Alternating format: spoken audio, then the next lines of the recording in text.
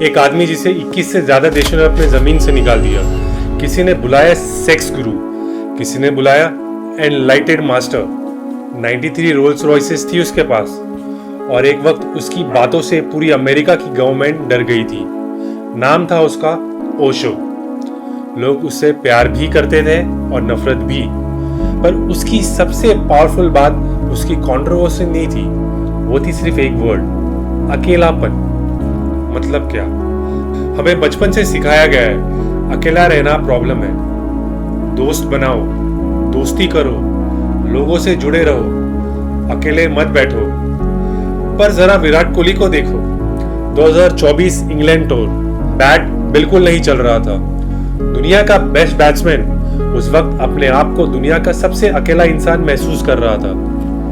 Team साथ थी, fans support कर रहे थे, फिर भी अकेला।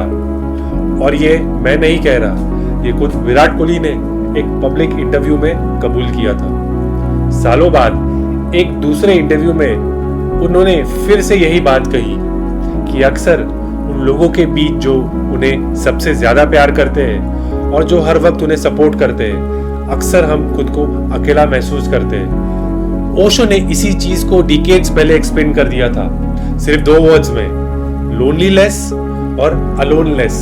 लोनलीनेस जब तुम्हें लगता है कि कुछ मिसिंग है, अलोननेस जब तुम्हें किसी की जरूरत ही नहीं है क्योंकि तुम खुद में पूरे हो।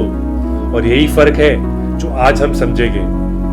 अब यहां से सोचने वाली बात है, अगर अलोननेस इतना पावरफुल है तो इसका मतलब ये सिर्फ एक फीलिंग नहीं है, ये एक स्किल है। और जब तुम ये स्किल सीख लेते हो, तुम्हें कुछ ऐसी ताकतें मिल जाती है जो भीड़ में रह के भी कभी नहीं मिलती। मैं इन्हीं 5 चीजों को तोड़ने वाला हूं और ये किसी रैंडम ऑर्डर में नहीं है। नंबर 5 से शुरू करेंगे, छोटी पर रियल चीज, और जैसे जैसे नंबर 1 तक पहुंचेंगे तुम्हें वो चीज पता चलेगी जो असली में अलोननेस को एक सुपर पावर बनाती है। चलो शुरू करते हैं। नंबर 5, फैसला लेना, यानी कि decision making clarity. Jabalpur university, Osho एक रिस्पेक्टेड फिलोसफी प्रोफेसर थे। एक दिन वाइस चांसलर ने उन्हें डिनर पे बुलाया। उन्होंने बोला, बस इतना काम करो, अपने बाहर के लेक्चर्स न्यूज़पेपर में मत आने दो, लोग मुझसे सवाल करते हैं। ओशो ने कुछ देर नहीं सोचा और तुरंत ही उन्हें बैठे बैठे रेजिग्नेशन लेटर लिख दिया। वाइस चांसलर घबरा गए। वाइस चांसलर ने रेजिग्नेशन वापस देने की कोशिश की। ओशो नहीं माने। एक प्रेस्टिजियस जॉब, समाज का रिस्पेक्ट, सब कुछ एक ही पल में छोड़ दिया। अब समझो ये इतनी जल्दी, इतनी क्लैरिटी के साथ फैसला कैसे ले पाए। इसको स्टेप बाय स्टेप समझते हैं। स्टेप 1, जब तुम्हारे आसपास लोग होते हैं, तुम्हारा दिमाग एक चीज ऑटोमेटिकली कैलकुलेट करने लगता है कि ये लोग मेरे बारे में क्या सोचेंगे। ये कैलकुलेशन बैकग्राउंड में हमेशा चलता रहता है, चाहे तुम्हें पता हो या ना हो। स्टेप 2, इस कैलकुलेशन की वजह से तुम्हारा फैसला 2 चीजों का मिक्स बना देता है। एक जो तुम्हें सच में चाहिए और 2 जो दूसरों को एक्सेप्टेबल लगे। और ये मिक्स हमेशा कॉम्प्रोमाइज बनता है, कभी भी 100% सच नहीं होता। स्टेप 3, अब अकेलेपन में क्या होता है, वो दूसरे लोग क्या सोचेंगे वाला कैलकुलेशन बंद हो जाता है, क्योंकि कोई है ही नहीं जिसके बारे में सोचना पड़े। सिर्फ एक ही चीज बचती है दिमाग में, मैं सच में क्या चाहता हूं। और जब सिर्फ एक ही सवाल बचता है, जवाब भी साफ आता है। कंफ्यूज करने वाला कुछ नहीं होता। यही वजह है कि ओशो तुरंत बिना हिचकिचाए अपना फैसला ले पाए, क्योंकि उनके दिमाग में वाइस चांसलर का क्या सोचेंगे वाला नॉइस कभी था ही नहीं। सिर्फ एक सच था, मेरा काम यहाँ पूरा हो चुका है। और तुम्हारे लिए भी फॉर्मूला वही है। अगला कोई बहुत बड़ा फैसला लेने से पहले एक दिन अकेले निकालो, फोन बंद करो, किसी से सलाह मत लो, सिर्फ बैठो और खुद से पूछो, मैं क्या चाहता हूँ। जो जवाब आएगा बिना किसी दूसरे की आवाज के, वही तुम्हारा सबसे शार्प फैसला होगा। नंबर 4, डीप फोकस यानी मास्टरी। एक छोटा सा गांव, एक छोटा सा लाइब्रेरी, सिर्फ 3000 किताबें, और एक टीनेजर जो हर रोज अकेले उस लाइब्रेरी में बैठा रहता है, इतना पढ़ता है कि वो लाइब्रेरी की सारी किताबें पढ़ लेता है। 3000 किताबें, हर एक लंच के पैसे भी बचाता है किताबें खरीदने के लिए। जब उसकी एज के बाकी बच्चे खेल रहे होते, क्रिकेट खेल रहे होते या दोस्त बना रहे होते, वो अकेला बैठा था, अपनी दुनिया में डूब के पढ़ रहा था। यही बच्चा आगे चल के ज़ेन, सूफीज़्म, ताओ, सोक्रेट्स सब कुछ गहराई से समझ पाया। उसी लाइब्रेरी से वो आगे आगे इतनी बुक्स पढ़ गया कि उसके पास 1 लाख से ज्यादा किताबें हो गई। अब सोचो इतना डेप्थ, इतना मास्टरी कैसे आई। इसको हम स्टेप बाय स्टेप समझते हैं। स्टेप 1, जब तुम लोगों के बीच होते हो, तुम्हारा दिमाग एक बैकग्राउंड प्रोसेस चलाता रहता है कि लोग मुझे कैसे देख रहे हैं, मुझे क्या बोलना चाहिए, मैं सही लग रहा हूं या नहीं। ये प्रोसेस कभी बंद ही नहीं होता, चाहे तुम काम पे फोकस करने की कोशिश करो या कुछ और। स्टेप 2, इसी वजह से तुम्हारा दिमाग कभी 100% एक जगह पे नहीं लगता, वो हमेशा थोड़ा स्प्लिट रहता है, काम पे भी और लोगों पे भी।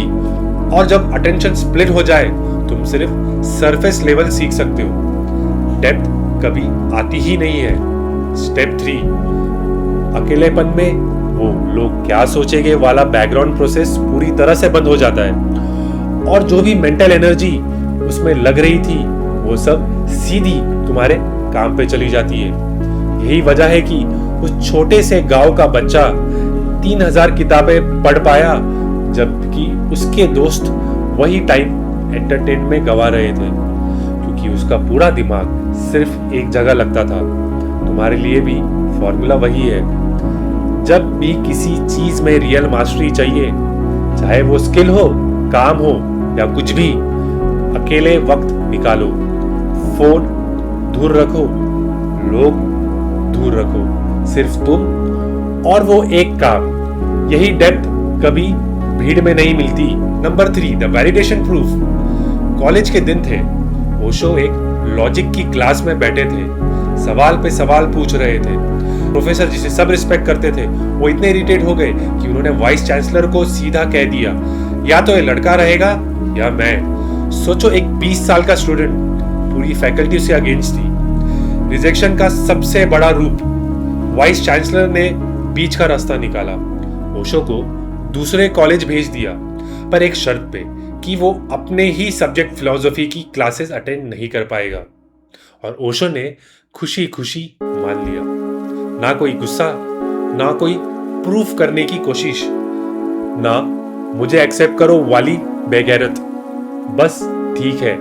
ये इतनी शांति से कैसे कर पाए, इसको स्टेप बाय स्टेप समझते हैं। जब तुम्हें लोगों की मंजूरी चाहिए होती है ना, तुम अनकॉन्शियसली अपनी पहचान उनके हाथों में दे देते हो। तुम्हारा मैं कौन हूं डिपेंड करता है उनके हाँ या ना पे। स्टेप 2, इसी वजह से जब वो रिजेक्ट करते, सिर्फ सिचुएशन नहीं बदलती, तुम्हें लगता है तुम्हारी खुद की वैल्यू भी कम हो गई। रिजेक्शन सीधा अंदर तक चुभता है। यही चीज रिश्तों में भी बहुत होती है, इसलिए लोग टॉक्सिक रिलेशनशिप्स में रुके रहते हैं। इसलिए एक ब्रेकअप इंसान को तोड़ देता है, क्योंकि उनका मैं कौन हूं दूसरे इंसान के थ्रू डिफाइन हो रहा है। स्टेप 3, अकेलेपन में ये अलग तरह से काम करता है। जब तुम अपने साथ वक्त बिताते हो बिना किसी मंजूरी के, तुम्हारी पहचान तुम्हारे अंदर से बनती है, किसी दूसरे के हाँ या ना से नहीं। इसलिए जब ओशो को पूरी फैकल्टी ने रिजेक्ट किया, उनका मैं कौन हूं वैसा ही रहा, सिर्फ उनकी जगह बदली, उनकी वैल्यू नहीं। तुम्हारे लिए भी यही फॉर्मूला है। जितना तुम अपने साथ अकेले वक्त बिताओगे, उतना कम तुम्हें लोगों की या रिश्तों की मंजूरी चाहिए होगी। और जब मंजूरी की जरूरत कम हो जाती है, कोई रिजेक्शन, कोई ब्रेकअप, कोई लोग क्या कहेंगे तुम्हें तोड़ नहीं सकता। अब आते हैं अगले पॉइंट पे, इमोशनल हीलिंग। ओशो सिर्फ 7 साल के थे। उनके नाना, जिन्हें वो सबसे ज्यादा प्यार करते थे, मर रहे थे। छोटे ओशो अपने डाइंग नाना के पास बैठे रहे घंटों तक, अपना हाथ उनकी छाती पे रखा और धीरे धीरे महसूस किया जब सांस रुकना शुरू हुई। कोई हड़बड़ी नहीं, कोई भागना नहीं, सिर्फ सन्नाटा और सच। बाद में ओशो ने खुद कहा, ये उनकी जिंदगी का सबसे पहला और सबसे गहरा मोमेंट था। जब कोई मुश्किल फीलिंग आती है, गम, डर या अकेलापन, हम ऑटोमेटिकली उसे दूर भगा देते, फोन उठाते, किसी से बात करते, नॉइस में खुद को गुम कर देते। ये डिस्ट्रैक्शन फीलिंग को खत्म नहीं करता, सिर्फ उसे दबा देता है। वो फीलिंग अंदर ही कहीं रह जाती है, अधूरी, अनप्रोसेस्ड। और जो फीलिंग प्रोसेस नहीं होती वो बार बार वापस आती है, कभी गुस्से की शक्ल में, कभी एंजाइटी की, कभी बेवजह उदासी। मतलब क्या दोस्तों, अकेलापन में भागने की जगह नहीं होती, कोई डिस्ट्रैक्शन नहीं होता, सिर्फ तुम और तुम्हारी फीलिंग्स। जब तुम उस फीलिंग के साथ बिना भागे बैठते हो, तभी वो पूरी तरह से सरफेस होती है और खत्म भी होती है। यही असली हीलिंग है। तुम्हारे लिए भी यही फॉर्मूला है। जब भी कोई पुरानी फीलिंग, कोई दर्द, कोई गम या कोई डर ऊपर आए, भागने की कोशिश मत करो। अकेले बैठो, एकांत में बैठो, उसे महसूस होने दो। जो फीलिंग तुम फेस करते हो वही हील हो जाती है। जिससे तुम भागते हो वही जिंदगी भर पीछा करती है। अब आते हैं नंबर 1 पॉइंट पे, यानी कि सेल्फ अवेयरनेस। ये सबसे बड़ा पॉइंट है दोस्तों। 21 साल के थे ओशो। 7 दिन से अंदर कुछ चल रहा था, बेचैनी, कंफ्यूजन, जैसे कुछ टूट रहा हो। उस रात अकेले चुपचाप एक गार्डन में चले गए। कोई डिसाइपल नहीं, कोई क्राउड नहीं, कोई ऑडियंस नहीं जिसके सामने कुछ प्रूव करना हो, सिर्फ वो और रात का सन्नाटा। एक पेड़ के पास गए और बैठ गए, और वही कुछ शिफ्ट हुआ। सालों की उलझन एक पल में साफ हो गई। बाद में उन्होंने इसका नाम दिया एनलाइटनमेंट।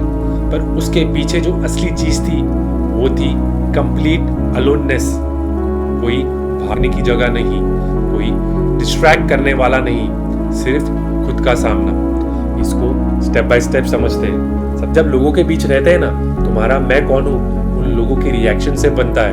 तुम खुद को दूसरों के मिरर के थ्रू देखते हो, सीधा नहीं। इसी वजह से ज्यादातर लोग अपनी पूरी जिंदगी निकाल देते हैं बिना अपने असली पैटर्न्स जाने, अपने असली डर जाने, अपने असली ट्रिगर्स जाने, क्योंकि देखने का मौका ही कभी नहीं मिलता। हमेशा कोई ना कोई नॉइस चल रहा होता है। सच में अकेले होके जब कोई मिरर नहीं बचता, कोई रिएक्शन नहीं बचता, कोई मैनेज करने वाला चीज नहीं बचती, तब सिर्फ एक चीज होती है। वो क्या? खुद तुम अपने आप से सच बोलने लगते हो, बिना मेकअप के, बिना परफॉर्मेंस के। ये पहली बार में अनकंफर्टेबल लगता है, पर यही वो जगह है जहाँ से रियल ग्रोथ शुरू होती है।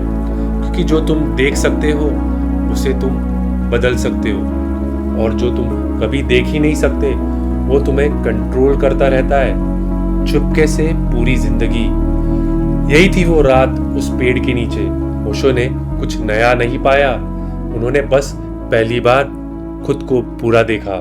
याद रखो, लोनलीनेस तुम्हें खुद से भगाती है, अलोननेस तुम्हें खुद तक वापस लेके आती है।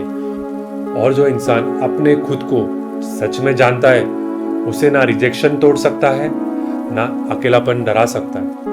आज रात फोन साइड पे रखो, सिर्फ 10 मिनट अकेले बैठो और खुद से पूछो, आखिरी बार कब अकेले होके सुकून महसूस किया? कमेंट्स में बताना जरूर। दोस्तों, अगर ये वीडियो तुम्हें कुछ नया सोचने पे मजबूर कर पाई है तो प्लीज इस चैनल को सब्सक्राइब करना मत भूलना, क्योंकि हम ऐसे ही पुरानी सीखों को आज की जिंदगी से जोड़ते रहेंगे। मिलते हैं अगली वीडियो में, तब तक अकेले रहो पर खुश रहो। Thank you.